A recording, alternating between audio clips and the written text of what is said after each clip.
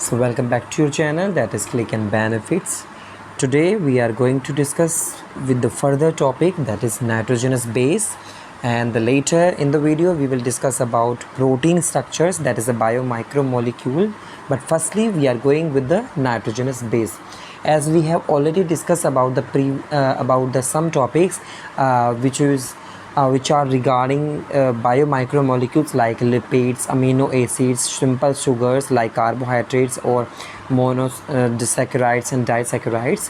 But today the one topic is remaining, that is nitrogenous base, जो कि आपका nitrogenous base जो है वो बायो माइक्रोमोलिक्यूल में ही आता है। बायो माइक्रोमोलिक्यूल में क्यों आता है? क्योंकि आपको पता है, क्योंकि इनका साइज़ हमारा जो इनका साइज़ है नाइट्रोजनस बेस, अमीनो एसिड, ये जितने भी बायो माइक्रोमोलिक्यूल है इनका साइज़ लगभग 800 डेल्टन से नीचे होता है। इससे ऊपर के जो भी साइज वाले हैं जिनका शायद 10,000 तक हो सकता है वो हमारे बायो मैक्रो में आएंगे। फ़िलहाल ये लास्ट है हमारा नाइट्रोजनस बेस। तो नाइट्रोजनस बेस होता क्या है? Nitrogenous base it is very easy कि जैसा कि यहाँ पर लिखा हुआ है कि बायो माइक्रोमोलिक्यूल नाइट्रोजनस बेस है। So these are the nitrogen containing cyclic compounds. Nitrogen containing cyclic compounds का मतलब क्या है? क्योंकि देखो ये साइक्लिक रिंग हैं, केमिस्ट्री में आप पढ़ेंगे, इनको रिंग्स बनाएंगे, रिंग वाली स्ट्रक्चर्स होती हैं, तो इनको हम बोलते हैं साइक्लिक रिंग कंपाउंड्स। किसके बने हुए? नाइट्रोजन के बने हुए। यहाँ पर नाइट्रोजन लगा हुआ है, सो ये होते हैं आपके हेट्रोसाइक्लिक रिंग्स कंपाउंड। ठीक है, हेट्रो भी हम इसमें लगा सकते हैं क्योंकि यहाँ पर दो रिंग आपको दिख रहे हैं, एक रिंग ये है, एक ये है, दोनों रिंग सेम नहीं है, दोनों रिंग अलग अलग हैं। दैट्स मीन्स कि हम इनको बोल सकते हैं कि नाइट्रोजन हेट्रोसाइक्लिक रिंग्स। सो जिनका काम है, ये जो नाइट्रोजन के बने हुए साइक्लिक कंपाउंड्स हैं, इनका काम है न्यूक्लिक एसिड्स बनाना। अब न्यूक्लिक एसिड्स क्या होते हैं? न्यूक्लिक एसिड वो एसिड्स होते हैं जो हमारा एज ए जेनेटिक मटेरियल का काम करते हैं। जैसे डीएनए आपने सुना है, आरएनए आपने सुना है, तो डीएनए भी ऐसे जेनेटिक मटेरियल काम कर सकता है, जो कि मेजॉरिटी में करता है। ज़्यादातर चीज़ों में डीएनए ही, लिविंग बींग्स के अंदर डीएनए ही होता है जेनेटिक मटेरियल, लेकिन कुछ केसेस में आरएनए भी हो सकता है, जैसे वायरस के केस में। सो डीएनए हो, आरएनए हो, ये न्यूक्लिक एसिड्स होते हैं। और ये न्यूक्लिक एसिड्स किससे बने होते हैं? नाइट्रोजन के साइक्लिक कंपाउंड्स जो होते हैं वो। सो अगर हम नाइट्रोजन की बात करें, जो नाइट्रोजनस बेस हैं ये दो तरीके की हो सकते हैं। इनकी कैटेगरीज़ हैं on the basis of ring structure. अगर दो रिंग से मिलकर स्ट्रक्चर बनी है तो उनको हम बोलते हैं प्यूरिन्स। अगर दो रिंग से, साइक्लिक रिंग यहाँ पर कितनी है? 1 और 2। अगर दो रिंग है तो उनको हम बोलते हैं प्यूरिन्स। अगर एक ही रिंग है तो उसको हम बोलते हैं पिरिमिडीन्स। ठीक है, सो जिनमें दो रिंग है वो प्यूरिन्स हैं। तो उनके एग्जाम्पल्स कौन कौन से हैं? यानी नाइट्रोजनस बेस, वो कौन से नाइट्रोजनस बेस है? नाइट्रोजन के बने हुए बेस। बेस का मतलब समझ आपको पता है, न्यूट्रल पीएच से जो ऊपर की पीएच होती है वो बेस में आते हैं। तो ऐसे नाइट्रोजन वाले कंपाउंड, साइक्लिक कंपाउंड, जिनके दो रिंग होती हैं, 2 रिंग्स स्ट्रक्चर होती हैं, जैसे कि एडेनिन है, ग्वाइनिन है, ये आपके होते हैं दोनों। सिर्फ ए और जी, शॉर्ट में हम ए जी ही लिखेंगे बार बार, इसको याद रखना है। एडेनिन एंड ग्वाइनिन वो होते हैं प्यूरिन्स, जिनमें 2 रिंग होती हैं। लेकिन पिरिमिडीन वो साइक्लिक कंपाउंड है जिनमें सिर्फ एक ही रिंग होती है, एक ही रिंग स्ट्रक्चर्स होती हैं। तो जैसे कि cytosine C, thymine T, uracil U. ठीक है, और ये चारों के चारों, ये 5 हैं, आपने देखा है, ये डीएनए एंड आरएनए के अंदर ही मिलने वाले हैं। ठीक है, 5 हैं ये आप में, तो इसमें से 4 तो होंगे हमारे आरएनए में, 4 होंगे हमारे डीएनए में।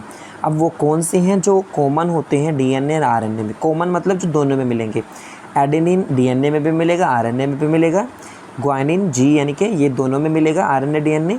सी दोनों में मिलेगा, लेकिन टी एंड यू सिर्फ रेयर केस हैं। टी तो मिलता है हमारा डीएनए में, ठीक है, और यू मिलता है हमारा आरएनए में। ये यू मतलब यूरेसिल। क्लियर? सो बाकी जो स्टार्टिंग के 3 हैं ये कॉमन है, डीएनए और आरएनए दोनों में मिलेंगे नाइट्रोजन बेस, लेकिन टी एंड यू, टी किस में मिलेगा? सिर्फ डीएनए में, और यू मिलेगा सिर्फ आरएनए में। तो याद रखना, क्वेश्चंस भी आ सकते हैं इसमें कि अगर डीएनए की बात हो रही है तो वहाँ पर यूरेसिल लिख दिया है, तो बताइए अगर डीएनए है तो क्या वहाँ यूरेसिल होगा या थायमिन? तो याद रखना थायमिन होगा। आरएनए होगा तो वहाँ पर थायमिन की जगह यूरेसिल मिलेगा। ओके, सो ये थे हमारे nitrogenous base cyclic structures on the basis of ring structures. 2 ring है या 3 रिंग या 1 रिंग है, तो पिरिमिडीन एंड आपके प्यूरिन्स हो गए। अब आते हैं हमारे कुछ और टर्म्स जो कि हमारे नाइट्रोजन बेस के रिगार्डिंग कुछ चीज़ें आने वाली हैं, न्यूक्लियोसाइड्स। ठीक है। न्यूक्लियोसाइड्स भी होते हैं और न्यूक्लियोटाइड्स भी होते हैं। फिलहाल हम पढ़ रहे हैं न्यूक्लियोसाइड्स, जो कि हमारे डीएनए आरएनए के अंदर ही होते हैं, देखने को मिलेंगे। तो न्यूक्लियोसाइड्स किससे मिलेंगे, ठीक है। देखो, जिसमें न्यूक्लियो वर्ड आ जाता है तो इसका मतलब है ये न्यूक्लियस के रिगार्डिंग यानी न्यूक्लिक एसिड के रिगार्डिंग कोई बात होने वाली है, यानी डीएनए आरएनए के रिगार्डिंग कोई बात हो रही है। तो न्यूक्लियोसाइड्स क्या होते हैं, कैसे बनता है न्यूक्लियोसाइड, तो बहुत ईजी है। ये जो कंपाउंड है, these are the compounds formed by linking of nitrogenous base with sugar. जब नाइट्रोजनस बेस, अब नाइट्रोजनस बेस तो आपने 5 तरीके के पीछे देखे हैं, तो अगर इनके साथ शुगर को ऐड कर दिया जाए, फॉर एग्जांपल नाइट्रोजनस बेस और शुगर को हमने जब ऐड कर देते हैं, जुड़ जाएंगे तो बनेगा न्यूक्लियोसाइड। ये तो हमें पता है, लेकिन अब कौन कौन से न्यूक्लियोसाइड थे, यानी कौन कौन से नाइट्रोजनस बेस हैं। अगर एडेनिन के साथ शुगर ऐड हो जाए तो एडेनोसिन, उसका नाम चेंज हो जाता है क्योंकि उसकी स्ट्रक्चर चेंज हो जाएगी, तो उसको हम बोलेंगे एडेनोसिन, ठीक है। ऐसे ही अगर जी के साथ शुगर ऐड हो जाए, जी के साथ, तो ग्वाइनोसिन। वैसे तो ग्वाइनिन है इसका नाम, लेकिन शुगर ऐड हो गया तो साइन लग जाएगा, ठीक है। तो याद रखना, अगर लास्ट में INE सभी में INE मिलेगा आपको देखने के लिए, तो अगर ये लगा हुआ इसका मतलब न्यूक्लियोसाइड्स होते हैं। न्यूक्लियोसाइड्स का मतलब है जिनमें शुगर और नाइट्रोजनस बेस ऐड हो। तो सभी पाँचों के पाँचों यहाँ दे रखे हैं, सबके नाम चेंज हो गए हैं यहाँ पर क्योंकि उनमें शुगर ऐड हो गई है। तो ये सारे न्यूक्लियोसाइड्स होते हैं, ये न्यूक्लिक एसिड्स में मिलेंगे आपको, ठीक है। जैसे कि स्ट्रक्चर है यूरिडीन और एडिनोसिन, इनमें यानी एडेनिन यानी नाइट्रोजनस बेस प्लस शुगर को मिलाकर बनाया हमारा एडिनोसिन, और adenosine is a type of nucleosides. Paper में आ भी जाता है कि cytidine is an example of nucleoside या न्यूक्लियोटाइड, तो आप लिखेंगे न्यूक्लियोसाइड, ठीक है। क्योंकि ऐसे भी शॉर्टकट में याद रखना, अगर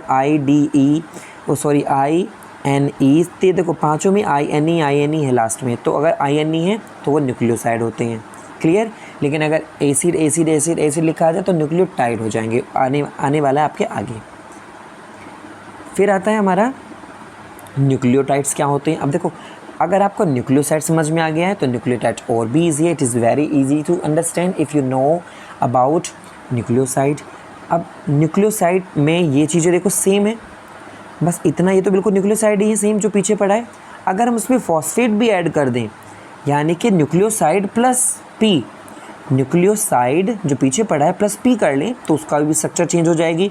तो उसकी स्ट्रक्चर ऐसी हो जाएगी, सब क्या आगे एसिड लगा मिलेगा, क्योंकि फॉस्फोरस यहाँ पर न्यूक्लियोसाइड को एसिडिक बना देता है, ठीक है। यहाँ पर क्या होगा, फॉस्फेट के ऐड होने की वजह से क्या हो जाएगा, वो एसिडिक नेचर वाले हो जाएंगे। और ये क्वेश्चन भी है कि डीएनए हो या आरएनए हो, उनमें हम उनकी फुल फॉर्म क्या है, डीएनए की deoxyribonucleic acid, RNA ribonucleic acid. तो एसिड क्यों लगाया वहाँ पर, due to the presence of phosphate, क्योंकि फॉस्फेट जैसे ही ऐड हो जाता है तो वो बन जाता है एसिडिक नेचर वाले। तो डीएनए अगर कोई पूछे कि डीएनए एसिडिक क्यों है, so due to the presence of phosphate, clear. तो न्यूक्लियोसाइड यानी कि एडेनिन यानी बेस, शुगर प्लस पी, इन तीनों से मिलकर बनता है हमारा न्यूक्लियोटाइड। तो न्यूक्लियोटाइड मतलब यानी न्यूक्लिक एसिड की कोई चेन है, कोई चीज़ है जो कि हमारे न्यूक्लियोटाइड बनाती है। कैसे बनते हैं, तीनों चीज़ें ये रही। या हम इसको शॉर्ट में ऐसे भी लिख सकते हैं कि nucleotide is equal to nucleoside plus phosphate, ऐसे भी लिख सकते हैं।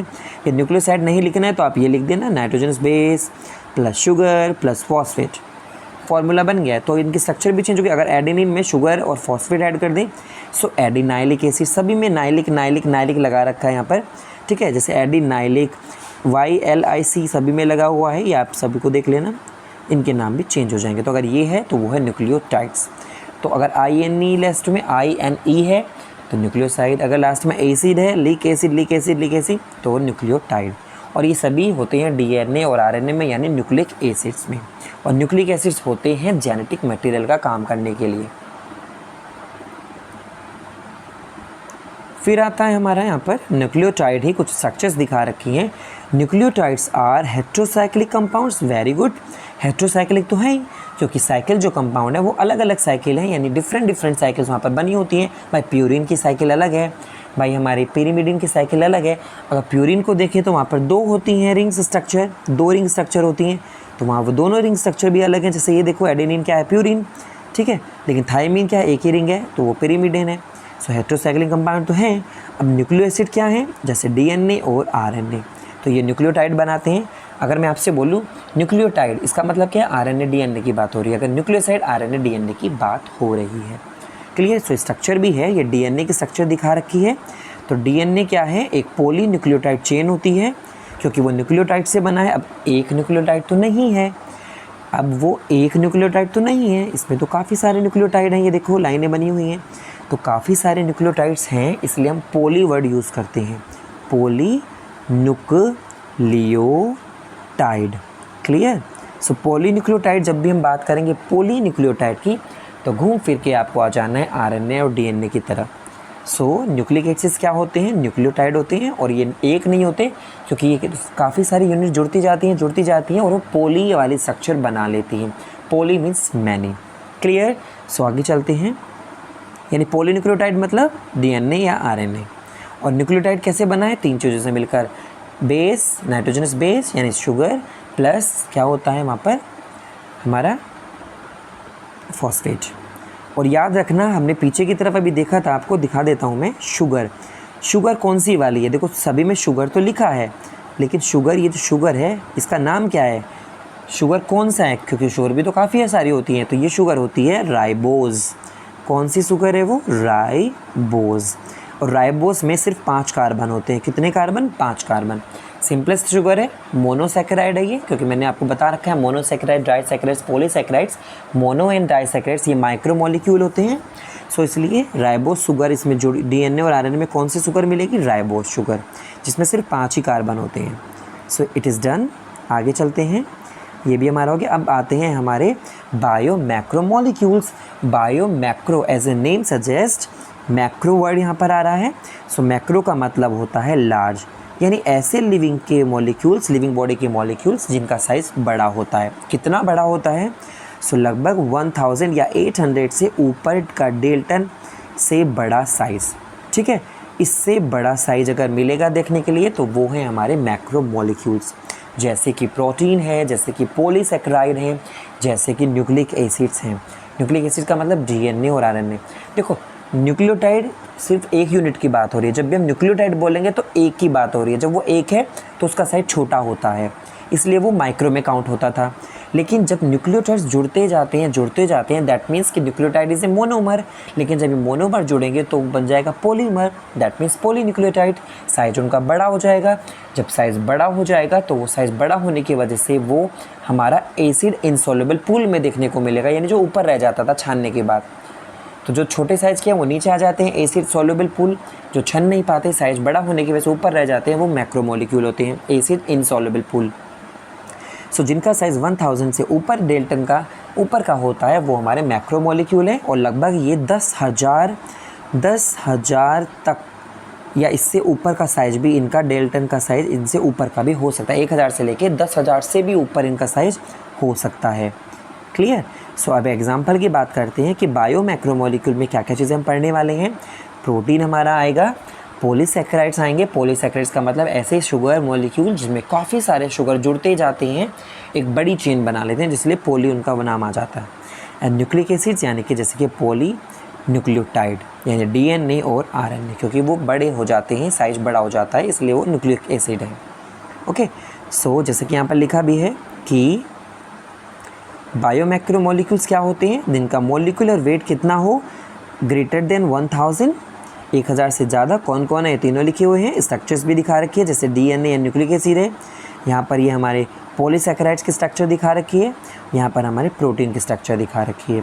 अगर मैं आगे की बात करूँ कि इनका their molecular weight is 10,000 dalton above, लगभग इनका जो मॉलिक्यूल का जो वेट है लगभग इतना या इससे ज़्यादा भी हो सकता है, लेकिन इतने से कम नहीं होगा। इतने से कम में वो माइक्रो में आ जाएंगे। ठीक है। एसिड इनसॉल्युबल फ्रैक्शन, जब हमने छाना था तो नीचे की तरफ जो आ गया था वो सॉल्युबल थे, लेकिन यहाँ पर लिखा है इनसॉल्युबल, जो ऊपर रह गया था इसको हम बोलते हैं मैक्रोमोलिक्यूल फ्रैक्शंस। सो उसमें इंक्लूड्स करता है macromolecules from cytoplasm and organelles. Cytoplasm and organelles भी हमारे किस में आ जाएंगे, हमारे मैक्रोमोलिक्यूल्स में। साइटोप्लाज्म के अंदर जो भी प्रोडक्ट पड़ा है, जैसे प्रोटीन वहाँ पड़ा होता है, न्यूक्लिक एसिड पड़े होते हैं पॉलीसैकेराइड्स पड़े होते हैं, तो वो हमारे साइटोप्लाज्म के ग्रैन्यूल्स होते हैं। आगे चलते हैं। देखो सबसे पहले हमने लिपिड पढ़ा था माइक्रोमोलिक्यूल्स में, किस में? माइक्रोमोलिक्यूल में। लेकिन माइक्रोमोलिक्यूल में लिपिड तो हमने पढ़ लिया, लेकिन ये बायो मैक्रोमोलिक्यूल में भी आ गया लिपिड दोबारा से। अब क्यों आ गया है? रीज़न है देखो, जनरली लिपिड होते हैं माइक्रोमोलिक्यूल, इनका साइज 800 डाल्टन यानी 800 डाल्टन से कम होता है। सो इसलिए मोस्टली मेजॉरिटी इनकी सब में किस में आती है? हमने लिखा भी है यहाँ पर, lipid is strictly macromolecule, lipid is not. Lipid strictly का मतलब है बिल्कुल भी मैक्रोमोलिक्यूल नहीं होते। इनका साइज 800 होता है, 800 डाल्टन से ज़्यादा नहीं होता, ठीक है। तो इसलिए ये मैक्रो में नहीं आते, माइक्रो में आते हैं। लेकिन रेयर केस है कि ये मैक्रो में भी आ जाएं। अब मैक्रो में कब आएंगे? मैक्रो में तो वही आएगा जिनका साइज़ बड़ा हो, तो इनका इसका मतलब साइज़ बड़ा हो सकता है। कैसे हो सकता है? देखो, जब हमने लिविंग प्लांट्स लिया था, लीफ ली थी, उसमें हमने एक एसिड मिलाया था, हमने उसको फिर मिक्स किया था, ग्राइंड किया था, फिर एक स्लरी बन गया था, ऊपर मटेरियल रह गया था नीचे। तो ऐसा क्या होता है कि जब हम किसी भी लीफ को लेते हैं उसमें सेल होती है, तो उसके चारों तरफ लेयर होती है, सेल वॉल होती है, मेम्ब्रेन होती हैं।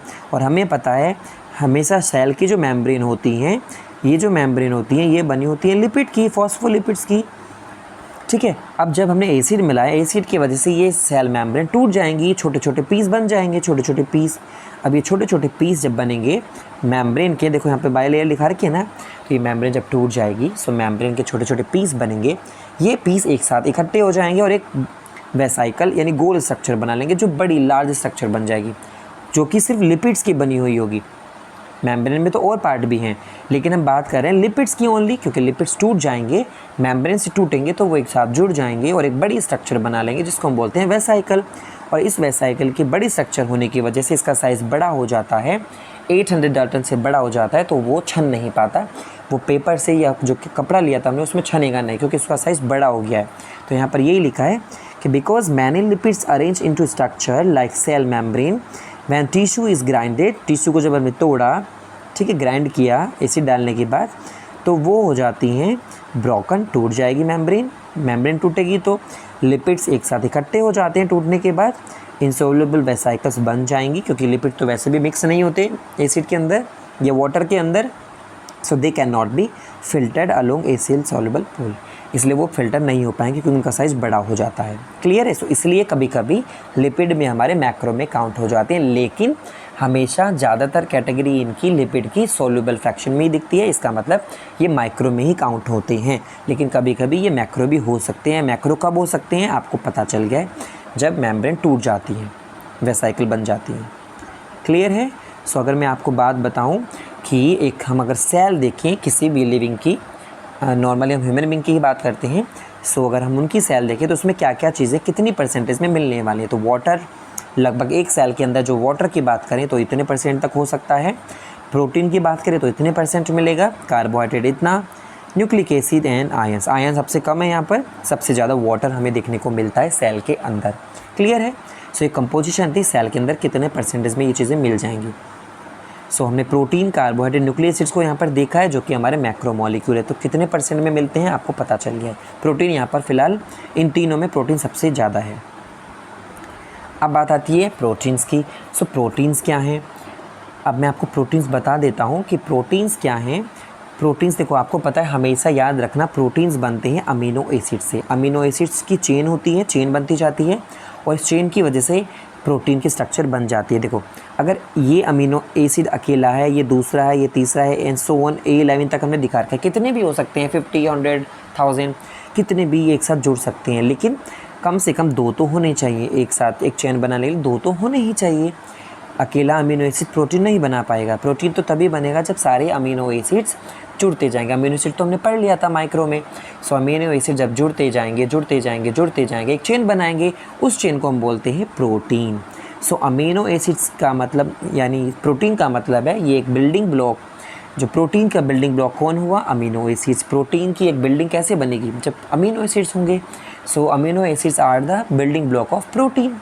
अमीनो एसिड्स को हम बिल्डिंग ब्लॉक बोल सकते हैं, क्योंकि वो जो पूरी अमीनो एसिड्स की वजह से जो बिल्डिंग बनी है प्रोटीन की, उसका रीज़न कौन है? Amino acids.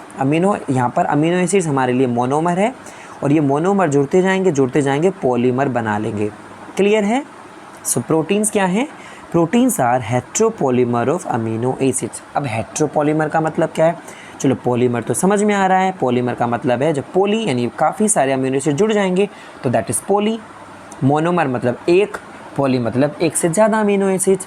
लेकिन हेट्रो का मतलब होता है डिफरेंट। इसका मतलब है कि जो प्रोटीन होता है हमेशा हेट्रोपॉलीमर होता है। अब हेट्रोपॉलीमर क्यों बोला? देखो, क्या A1, A2, A3 क्या ये सारे अमीनो एसिड सेम है? A1 अलग टाइप का अमीनो एसिड है, A2 अलग टाइप का है, A3 अलग है, सब अलग अलग टाइप के अमीनो एसिड्स हैं, तब जाकर हमारी एक चेन बनी है, प्रोटीन बना है। क्लियर है? सो सारे अमीनो एसिड डिफरेंट हैं। तो जनरली जो प्रोटीन है हमारे हमेशा हेट्रोपॉलीमर होते हैं, कभी भी ये होमोपॉलीमर नहीं होते। जबकि कार्बोहाइड्रेट हमारे होमोपॉलीमर हो सकते हैं। होमो का मतलब कि अगर A प्लस A यानी A के साथ A जुड़े, A के साथ A जुड़े, A के साथ A जुड़े, यानी अगर ये, क्योंकि देखो हमारी बॉडी में 20 तरीके के अमीनो एसिड मिलते हैं। कितने? 20। There are 20 different types of amino acids in our body. हमारी बॉडी में से 20 डिफरेंट तरीके के अमीनो एसिड्स होते तो ज़्यादा भी हैं, लेकिन अभी तक जो नॉन हैं वो हैं हमारे बॉडी के अंदर 20 डिफरेंट टाइप्स के अमीनो एसिड्स होते हैं। ठीक है, सो यही डिफरेंट अमीनो एसिड जुड़ के प्रोटीन बनाते रहते हैं। तो कोई सा भी प्रोटीन की जो चेन बनेगी हमेशा, कभी भी जितनी भी चेन बनेगी वो हमेशा हेट्रोपॉलीमर होगी। यानी कि सारे अमीनो एसिड, मान लीजिए अगर 11 अमीनो एसिड ने एक चेन बनाई प्रोटीन की, तो सारे अमीनो एसिड क्या सेम है? नहीं, कभी भी सेम नहीं होंगे। हाँ, ऐसे हो सकता है कि 2 सेम हो, 3 एक से हो, 3 एक से हो, लेकिन सारे एक से तो नहीं हुए। ये अलग हो गए, ये अलग हो गए, ये अलग हो गए। 2 3 भले ही एक साथ सेम हो जाएं, लेकिन जितने भी प्रोटीन अमीनो एसिड्स होंगे प्रोटीन में, वो सारे सेम नहीं होंगे। सेम इन द सेंस कि अगर मान लीजिए एक अमीनो एसिड का नाम है लाइसिन, एक का नाम है वैलिन, एक का नाम है आर्जिनिन, एक का नाम है ट्रिप्टोफैन, जो भी हैं, तो सारे के सारे अगर ये जुड़े हैं, यानी एक अमीनो एसिड A है, उसके साथ B जुड़ गया, फिर A जुड़ गया, फिर C जुड़ गया, तो एक चेन बन गई है। ये जो चेन होगी, क्या ये सारे अमीनो एसिड सेम है? नहीं है। तो जब सेम नहीं है इसका मतलब डिफरेंट है, यानी कि हेट्रो है। तो हेट्रोपॉलीमर बन गया अमीनो एसिड्स का। तो प्रोटीन्स क्या होते हैं? हेट्रोपॉलीमर। कभी भी ये होमोपॉलीमर नहीं होते। होमो का मतलब कि अगर एक प्रोटीन अमीनो एसिड है A, दूसरा भी A, तीसरा भी A, सारे अमीनो एसिड सेम हो गए, तो सेम अमीनो एसिड्स कभी भी प्रोटीन नहीं बनाते। हाँ, कार्बोहाइड्रेट बना सकते हैं। कार्बोहाइड्रेट जो होते हैं, कार्बोहाइड्रेट भी मोनोमर से बने होते हैं, शुगर्स होती हैं, जैसे ग्लूकोज जुड़ता चला जाए, चेन बन जाएगी, तो वो हो जाएगा होमोपॉलीमर। लेकिन प्रोटीन में कभी भी ऐसा नहीं होता कि सारे अमीनो एसिड सेम हो। एक 2 भले से सेम हो जाएं, लेकिन सारे अमीनो एसिड उस चेन के सेम नहीं होते, तो उसको हम बोलते हैं हेट्रोपॉलीमर। सो मैं आपको एक बार दोबारा बताऊँ, हेट्रोपॉलीमर का मतलब यानी एक अमीनो एसिड A है, उसके साथ B जुड़ जाता है, फिर A जुड़ जाता है, फिर C जुड़ जाता है, D जुड़ जाता है, फिर A जुड़ जाता है। सारे अमीनो एसिड अलग अलग हैं, भले ये दोनों भले ही सेम है, लेकिन ये अलग है, ये अलग है, ये अलग है। ठीक है, तो ऐसे ही सोन कितने भी जुड़ सकते हैं, लेकिन सेम नहीं है, इसलिए हेट्रोपॉलीमर। होमोपॉलीमर, एक अमीनो एसिड B है, दूसरा भी B है, यानी कि सारे के सारे सेम हो गए, फिर तो ये हो गया होमोपॉलीमर। सारे मोनोमर जुड़ के सारे सेम मोनोमर और बना लेते हैं पॉलीमर। ठीक, लेकिन अमीनो एसिड सारे सेम है, इसलिए ये कभी भी प्रोटीन नहीं बनाएंगे। प्रोटीन बनाने के लिए सारे थोड़े अलग अलग अमीनो एसिड्स होने चाहिए। सो हमारी बॉडी में 20 डिफरेंट टाइप्स के अमीनो एसिड्स होते हैं। क्लियर है? सो एक चेन दिखा रखी है अमीनो एसिड्स की, ये भी एक चेन है, ये अमीनो एसिड की स्ट्रक्चर है, ये भी अमीनो एसिड की स्ट्रक्चर है, और ये क्या है? एक प्रोटीन की स्ट्रक्चर दिखा रखी है, एक चेन हेलिकल स्ट्रक्चर है, ये ऐसे घूमती हुई स्ट्रक्चर है, इसलिए हेलिक्स बोलते हैं उनको। जैसे आपने जीना स्टेयर केस दिखा होगा, जब बिल्डिंग में जाते हैं बड़ी बड़ी, तो वहाँ पर जो स्टेयर होता है वो ऐसे घूम के जाता रहता है ऊपर तक, तो उसको हम हेलिक्स भी बोलते हैं। हेलिकल स्ट्रक्चर होती ही ऐसे हैं, जो घूम के होती हैं। ठीक है, जो कि 2 तरीके से हो सकती है, या तो ऐसे घूमे या ऐसे घूमे। इसको हम बोलते हैं राइट हैंडेड, इसको हम बोलते हैं लेफ़्ट हैंडेड। ये राइट में घूम रही है, ये लेफ़्ट में घूम रही है। तो जनरली हमारे जो प्रोटीन होते हैं वो होते हैं राइट हैंडेड। क्लियर? सो अब बात आती है, अमीनो एसिड जुड़ तो रहे हैं, एक अमीनो एसिड के साथ दूसरा देखो जुड़ता जा रहा है ऐसे सोन, लेकिन अमीनो एसिड को 2 अमीनो एसिड के बीच में कोई चिपकने वाला, कोई उनको जोड़ने वाला तो होगा, यानी कि बॉन्ड ज़रूर होगा। तो हर एक अमीनो एसिड्स के बिटवीन 2 अमीनो एसिड्स एक बॉन्ड होता है, जिसको हम बोलते हैं पेप्टाइड बॉन्ड। कौन सा बॉन्ड है? पेप्टाइड। ठीक है, पेप्टाइड बॉन्ड क्या होता है? पेप्टाइड बॉन्ड CO और NH इससे मिलकर बनता है। CO और NH से मिलकर पेप्टाइड बॉन्ड बनता है। यानी पेप्टाइड बॉन्ड का फॉर्मूला क्या है? CONH ये होता है। जैसे ये CO है, ठीक है, और ये NH है। तो एक अमीनो एसिड का जब अमीनो एसिड जुड़ते हैं तो एक अमीनो एसिड का NH दूसरे अमीनो एसिड का CH ऐसे करके जुड़ते चले जाते हैं। क्लियर है? सो अमीनो एसिड्स इस तरीके से जुड़ेंगे। तो यानी कौन सा बॉन्ड है, देखो यहाँ पे दिख भी रहा है CONH बॉन्ड, यानी कि जिसका नाम है पेप्टाइड बॉन्ड। तो याद रखना पेप्टाइड बॉन्ड कहाँ यूज़ होता है, किसको जोड़ने के लिए यूज़ होता है, अमीनो एसिड्स। क्या बनाने के लिए यूज़ होता है, प्रोटीन बनाने के लिए। क्लियर है? सो पेप्टाइड बॉन्ड यानी कि किसको बनाने के लिए यूज़ होता है, प्रोटीन। अब देखो एक बॉन्ड तो है नहीं है, एक बॉन्ड यहाँ लगा, दूसरा यहाँ लगा, कितने सारे पेप्टाइड बॉन्ड लग गए, पोली, यानी कि हम कह सकते हैं पॉलीपेप्टाइड चेन बन गई एक। सो इसलिए प्रोटीन को पॉलीपेप्टाइड चेन भी बोलते हैं। अगर पॉलीपेप्टाइड चेन की बात आ रही है तो प्रोटीन है, क्योंकि यहाँ पर देखो पॉलीपेप्टाइड, पॉली मतलब मैनी, पेप्टाइड यानी जिसमें ज़्यादा पेप्टाइड बॉन्ड यूज़ हों। पेप, जब भी पेप वर्ड कहीं लगता है तो समझ लेना आप प्रोटीन की बात हो रही है। जैसे पैप्सिन 10th में हमने पढ़ा है, पैप्सिन तो प्रोटीन की बात होती थी, यहाँ पर भी पेप आ रहा है तो प्रोटीन की बात होगी। क्लियर है? लेकिन अभी हमने थोड़ी देर पहले पीछे क्या पढ़ा था, न्यूक्लियोटाइड। न्यूक्लियोटाइड किसकी बात होती है, नुक आ गया, नुक मतलब nucleic acid, nucleotide nucleic acids में होता है, याद रखना है। बहुत ही सिंपल तरीका है, न्यूक्लियोटाइड यानी न्यूक्लिक एसिड्स में होता है, न्यूक्लियो एसिड्स को बनाने के लिए। पॉलीन्यूक्लियोटाइड DNA बनाना, RNA बनाना, लेकिन पॉलीपेप्टाइड पेप आ गया यानी कि प्रोटीन बनाना। सो जो पॉलीपेप्टाइड्स हैं यानी प्रोटीन्स हैं वो लीनियर चेन्स भी हो सकते हैं। लीनियर का मतलब है एक लंबी लाइन सी हो सकती है, लेकिन उसमें अमीनो एसिड जुड़ जाते हैं एक दूसरे से with the help of peptide bond, और पेप्टाइड बॉन्ड का फॉर्मूला होता है CONH। ठीक है, चलो आगे चलते हैं। Peptide bond is formed when COOH। आपने अमीनो एसिड्स की स्ट्रक्चर देखी थी, आपको याद होगा कि अल्फा कार्बन होता था, ऐसी स्ट्रक्चर होती थी, ये R ग्रुप होता था, ये H होता था, ये हमारा NH2 होता था, ये हमारा COH होता था ऊपर की साइड, तो ऐसे जुड़ते थे ना। सो पेप्टाइड बॉन्ड कब बनेगा, जब एक अमीनो एसिड का COOH ग्रुप होगा तो दूसरे अमीनो एसिड्स का NH2 ग्रुप होगा। क्लियर है? मान लीजिए ये एक अमीनो एसिड है, ये दूसरा अमीनो एसिड है, तो ये एक दूसरे से कब जुड़ेंगे, जब इस वाले का NH वाला होगा, इसका होगा हमारा CO वाला, तो ये दोनों एक दूसरे से जुड़ जाएंगे तो बन जाएगा CONH। क्लियर है? सो CONH का मतलब क्या है, पेप्टाइड बॉन्ड कैसे बन रहा है, COH की वजह से और NH2 की वजह से। वो भी कब, group of next amino acid by placing A molecule of water. कब, जब रिलीजिंग, देखो जब ये जुड़ेंगे तो क्या होगा, वाटर भी रिलीज़ होगा। कैसे, ये NH, ये CO, तो बचा क्या, सिर्फ ये बच गए, यहाँ पर H बच रहा है, ये OH बच रहा है, तो H2O बन जाएगा। सो वाटर, जब भी ये CONH ग्रुप बनता है यानी पेप्टाइड बॉन्ड बनता है तो वाटर का रिलीजन होता है, वाटर रिलीज़ होता है, क्योंकि ये वाला NH जुड़ जाएगा इसके साथ, बन गया CONH पेप्टाइड बॉन्ड। लेकिन ये तो बचा ही रह गया अभी भी, H और OH, तो ये बनाएंगे वाटर। क्लियर है? सो वाटर रिलीज़ होता है during peptide bond formation. Okay, so protein तो सिंपल हमें पता चल गया क्या होते हैं, पॉलीपेप्टाइड होते हैं, दूसरा ये हेट्रोपॉलीमर होते हैं क्योंकि अमीनो एसिड डिफरेंट होते हैं। ठीक है, पेप्टाइड बॉन्ड यूज़ होता है। अब बात आती है कुछ प्रोटीन्स की, कुछ यहाँ पर प्रोटीन्स हैं जिनके फंक्शंस भी यहाँ पर दिखा रखे हैं, कुछ स्ट्रक्चर्स भी दिखा रखी हैं, जैसे कि आपको यहाँ पर कुछ दिख रही हैं स्ट्रक्चर्स, जैसे कि फंक्शंस भी हैं। फॉर एग्जांपल यहाँ पर स्ट्रक्चर है 1, 2, 3 एंड 4, सॉरी 4 तो नहीं है, 1, 2, 3 कुछ प्रोटीन के स्ट्रक्चर हैं जो कि आगे हम नेक्स्ट वीडियो में बात करें क्योंकि ज़्यादा बड़ी हो जाएगी वीडियो। सो क्या क्या चीज़ें हैं वो प्रोटीन्स स्ट्रक्चर्स हैं। उसके साथ साथ कुछ टाइप, आपने बॉडी में कितने तरीके के आपने प्रोटीन देखे हैं। आपने इंसुलिन भी क्या एक प्रोटीन है, एक हार्मोन है, आपको पता है हार्मोन भी प्रोटीन का बना है। ठीक है, ट्रिप्सिन एक एंजाइम है जो कि प्रोटीन का बना है। हीमोग्लोबिन आपने सुना ही है, ब्लड में होता है पिगमेंट, जो कि वो भी प्रोटीन का ही बना है। ये सारे प्रोटीन से बने हुए हैं, तो इनका अपना अपना फंक्शन भी होता है। सो जैसे कि देखो यहाँ पर लिखा है कि प्रोटीन क्या क्या काम करते हैं, for growth and tissue repair. हमारी ग्रोथ होती है, आपको पता है बॉडी बना लेते हैं, जिम में जाते हैं, मसल्स बनती हैं तो प्रोटीन की हेल्प से बनती है। ग्रोथ होती है तो प्रोटीन की हेल्प से होती है। बाल आते हैं नए नए तो प्रोटीन की हेल्प से होते हैं। नाखून आते हैं जल्दी जल्दी तो प्रोटीन की हेल्प से होते हैं। सबके पीछे, टिश्यूज़ के पीछे, ग्रोथ के पीछे प्रोटीन का हाथ है। दूसरा है हमारा transport nutrients across cell membrane. For example GLUT enables glucose transport to the cell. मान लीजिए एक सेल को दूसरी सेल के अंदर हमें ट्रांसपोर्ट करना है ग्लूकोज, तो कैसे जाएगा, with the help of protein. तो प्रोटीन एक स्पेशल टाइप का प्रोटीन है जिसका नाम है GLUT4, ग्लूकोज का ट्रांसफ़र करने के लिए, इसलिए ग्लू वर्ड इसमें यूज़ हुआ है। T4 ट्रांसफ़र कर रहा है, ग्लूकोज का ट्रांसफ़र करता है कौन? प्रोटीन।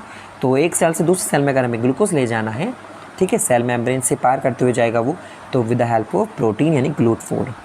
फिर आता है हमारा act as a intercellular ground substance जैसे कि कोलेजन। अब देखो कोलेजन जो एक प्रोटीन है, collagen is a type of protein जिसका काम है act as a intercellular ground substance. Intercellular ground substance का मतलब है, मान लीजिए टिश्यू है हमारा, टिश्यू सेल से बने होते हैं आपको पता है, तो ये जो टिश्यूज़ हैं सेल के बीच में इंटरसेलुलर स्पेस हैं, ये यहाँ पर जो स्पेस है, ये यहाँ पर जो स्पेस दिख रहा है आपको, ठीक है, ये जो स्पेस है, ये जो स्पेस है इनको फिल करने के लिए एज ए ग्राउंड टिश्यू का मतलब ग्राउंड को फिल करने का काम तो वो प्रोटीन करता है जिसका नाम है कोलेजन। आपको पता भी है, याद होगा कि कोलाजन मतलब कोलाज वर्ड सुना है, जब हम फ़ोटो क्लिक करते हैं तो कोलाज वर्ड हमें वर्ड सुना है कि काफ़ी सारे फ़ोटो होते हैं, एक ही फ़ोटो के अंदर एक फ़ोटो होता है, एक इमेज होती है, उसी के अंदर छोटे छोटे फ़ोटो काफ़ी सारे अपने लगा लेते हैं, ठीक है। सो एक पर्टिकुलर स्क्रीन को फिल करने के लिए हमें प्रोटीन, इसका मतलब क्या है, ये एक फ़ोटो था, इसके अंदर छोटे छोटे फ़ोटो लगाए, इसको भरने का काम, इसके एज ए ग्राउंड टिश्यू का काम कौन कर रहा है? कोलेजन। क्लियर है? सो कोलेजन क्या एक प्रोटीन है जिसका काम है as a intercellular ground tissue, space को फिल करने का काम। दूसरा एंटीबॉडीज़ भी होते हैं, जब इम्यूनिटी काम करती है हमारे एंटीबॉडीज़ बनते हैं बॉडी में, जो भी फॉरेन पार्टिकल, जो बॉडी के अंदर कोई पार्टिकल आ जाए, जैसे बैक्टीरिया आ गया, वायरस आ गया, उसको मारने के लिए हमारी बॉडी एंटीबॉडीज़ बनाती है फाइट करने के लिए उनके साथ, तो उनको वो भी प्रोटीन से बने होते हैं। दूसरा हमें एक्ट एज ए रिसेप्टर का मतलब आप समझते हैं, जैसे कि hormones, receptor of smell, test.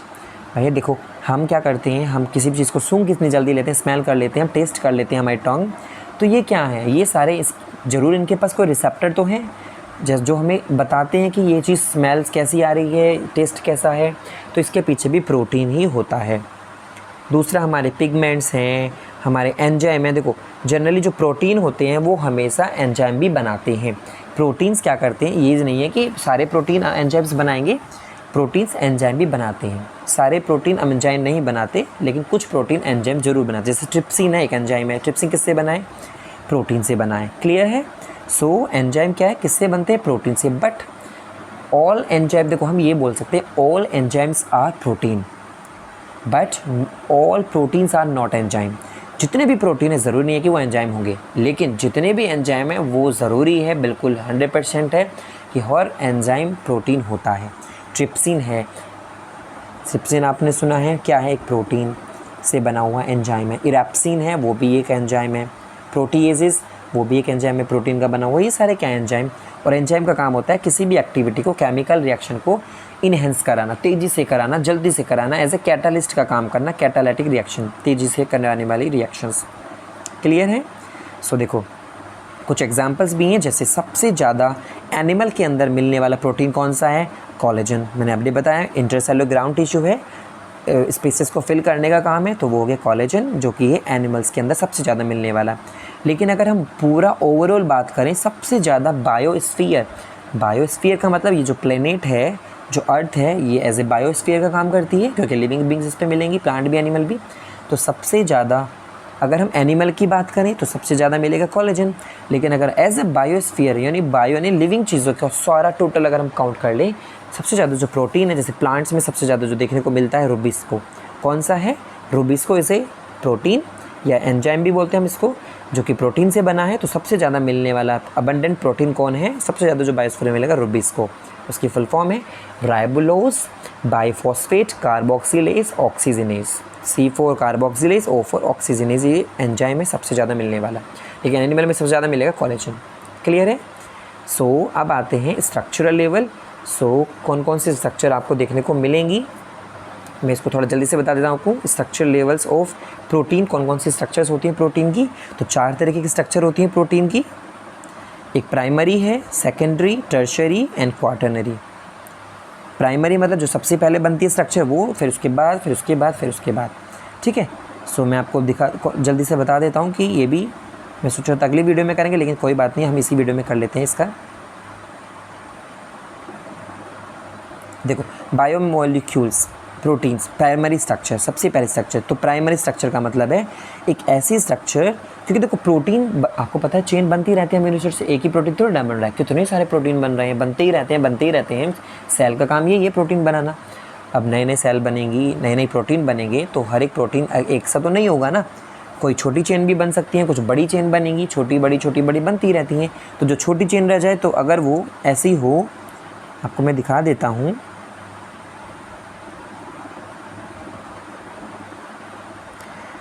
हाँ ये वाले, ठीक है, ये यहाँ पर मेरी जो स्ट्रक्चर्स हैं सारी, ये आपको शो कर रही हैं, चारों की चारों स्ट्रक्चर्स। प्राइमरी जो बिल्कुल लाइन की तरह दिखे, बिल्कुल सीधी, वो होगी प्राइमरी स्ट्रक्चर, ठीक है। जो टेढ़ी मेढ़ी दिख रही है, यानी हेलिकल स्ट्रक्चर्स बन रही हैं ऐसे, वो होगी हमारा सेकेंडरी स्ट्रक्चर, जिसको हम बीटा प्लेटेड शीट भी बोलते हैं। बीटा प्लेटेड शीट, देखो यहाँ पर एक वर्ड यूज़ हुआ प्लीटेड। प्लीटेड का मतलब होता है, आपने देखा है जैसे कि कोई फ्रॉक पहनती है, लड़कियों की फ़्रॉक होती हैं, तो उसमें पट्टियाँ डाली रहती हैं कि अगर ये फ्रॉक है तो इसमें ऐसे एक पट्टियाँ होती हैं ना उसमें, तो उनको शीट्स बोलते हैं, प्लीटेड शीट्स बोलते हैं।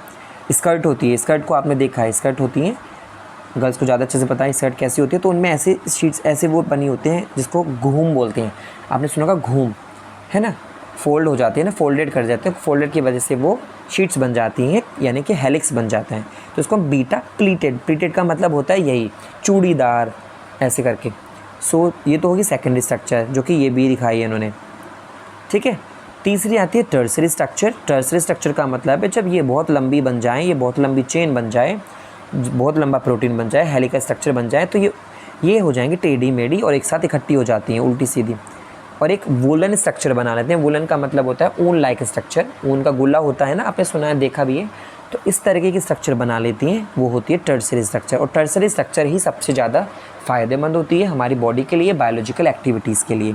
एंड लास्ट है क्वाटरनरी स्ट्रक्चर। क्वाटरनरी का मतलब है कि प्रोटीन की चेन एक ही चेन नहीं, देखो यहाँ पर भी एक ही चेन है, छोटी सी चेन बनी, ऐसा बन गया, थोड़ी बड़ी और बन गई तो ऐसा बन गया, लेकिन और भी बड़ी बन जाए तो वो ऐसा हो सकता है, इकट्ठा हो जाएगा एक साथ। लेकिन यहाँ पर क्या है, यहाँ पर से एक ही चेन है, यहाँ भी एक ही चेन है, यहाँ पर भी एक ही चेन है, लेकिन क्वाटरनरी में क्या होता है, more than one polynucleotide polypeptide chain.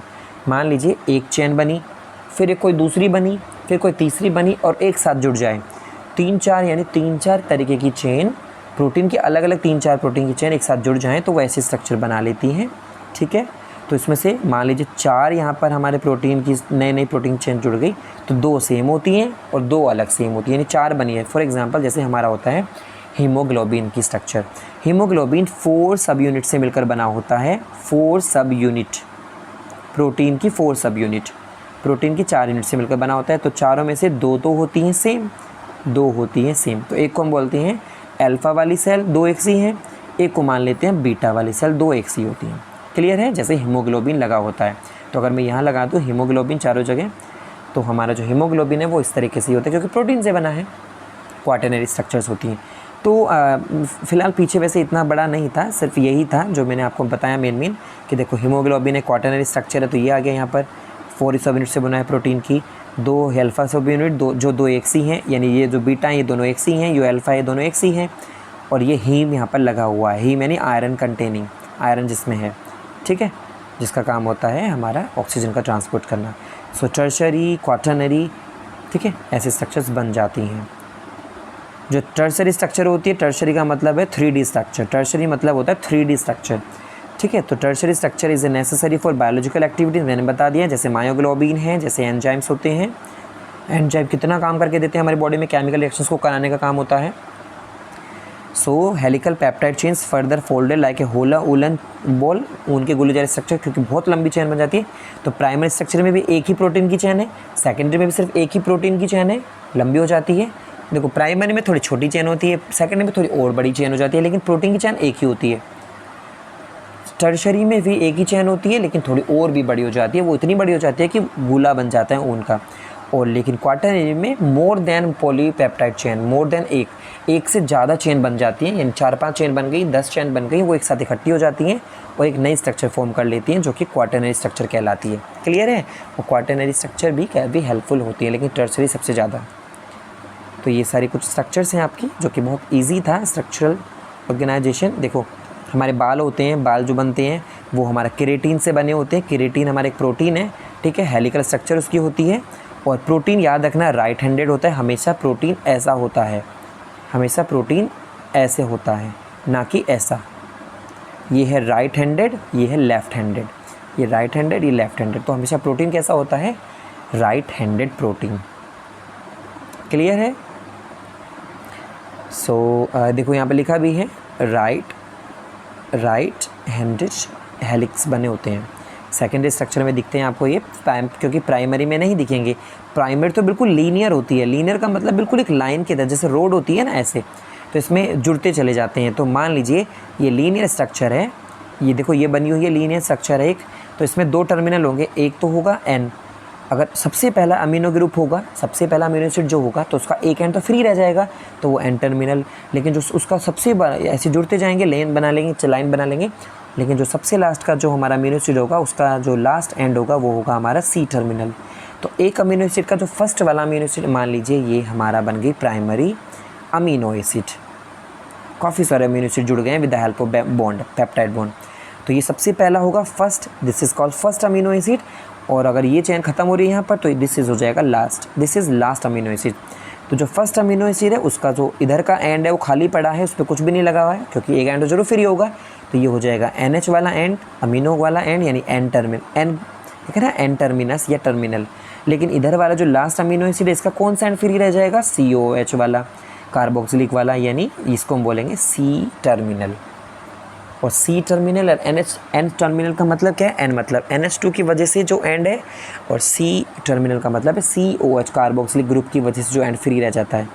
तो ये एक हमारी लीनियर चेन बनाई है, प्रोटीन की बनी हुई, काफ़ी सारे अमीनो एसिड इसमें जुड़े हुए हैं।